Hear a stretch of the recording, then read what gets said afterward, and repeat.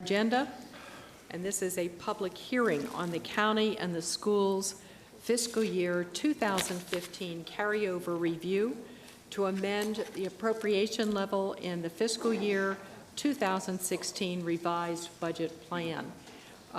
This was advertised in July at our meeting of July the 28th, and since then we've had the opportunity to hear from the community.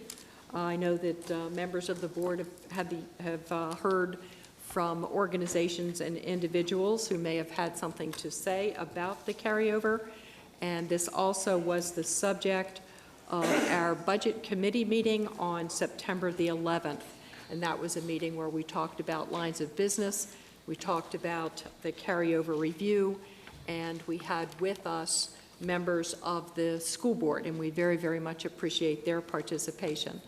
Our first speaker is Sandy Evans, and Sandy Evans is representing the school board. Welcome, and after Sandy, we have Cora Foley, to be followed by Kevin Pittman and Richard Chabot. And let's see, we have 8 speakers this morning, and welcome to Sandy Evans. Appreciate your being. Cora Foley is our next speaker, and she is the founding chairman of the Burke West Springfield Senior Center Without Walls. Welcome, Cora. Thank you. I gave you a full statement, but I'll just present the shorter version. Good morning. My name is Cora Sandoval Foley. I am the founding chairman of the Burke West Springfield Senior Center Without Walls, a public-private partnership to provide health programs for seniors, particularly in my Springfield district that does not have a permanent senior center, the only one. First, a disclosure. I am an independent candidate for Springfield supervisor, running with no fundraising and paying $1,000 of my own money for the campaign in order to get vigorous voter support to redress the unfairness towards Springfield District senior taxpayers and families. Other districts, with their generous and far-sighted supervisors, have 17 permanent senior centers. Springfield District, none. The Senior Center Without Walls has been mainly using private facilities from private organizations and churches. The concept calls for the county to provide matching needed facilities in order to resolve waiting lists and expand health programs for seniors. An example is our use of Irving Middle School.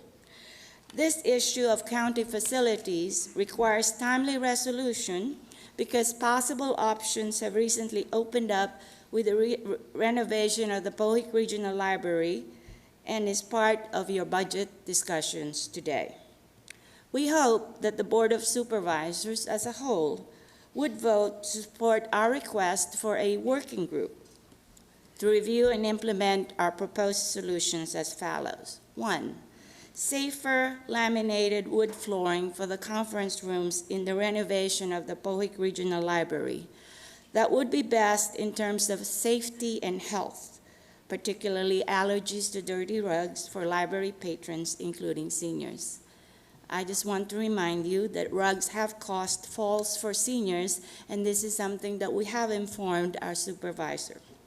Safer laminated wood flooring for the Springfield Community Room, and as Chairman Bulova indicated in a very, very kind email, perhaps for other county facilities as well, maybe Burke Center, Kings Park, and other libraries. We look forward to working with the new library director on our proposed solutions in 2016 with the support of the full Board of Supervisors.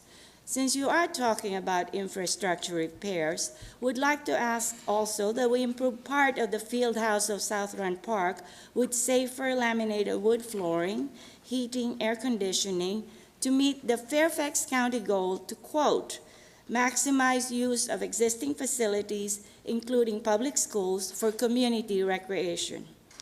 Fourth, and perhaps the most important, review the possibility of an annex to the renovation of Pohic Library for use by library patrons for multi-purpose goals, multi-generational goals, I must admit, I must stress, including health programs for seniors. I have attached in the testimony a photograph of a Maryland project that shows library renovation could include expanded senior center facilities. I also believe that the Board of Supervisors should review the $5 million budget for the renovation of Pohic Regional Library. For I have asked construction engineers to review the amount, and it appears to be higher than what would be needed for the current plan. If our calculations are correct, then there would be money within the appropriated $5 million budget to pay for an annex that could support senior health programs and other multi-generational programs for the community, particularly for the youth, including my grandchildren.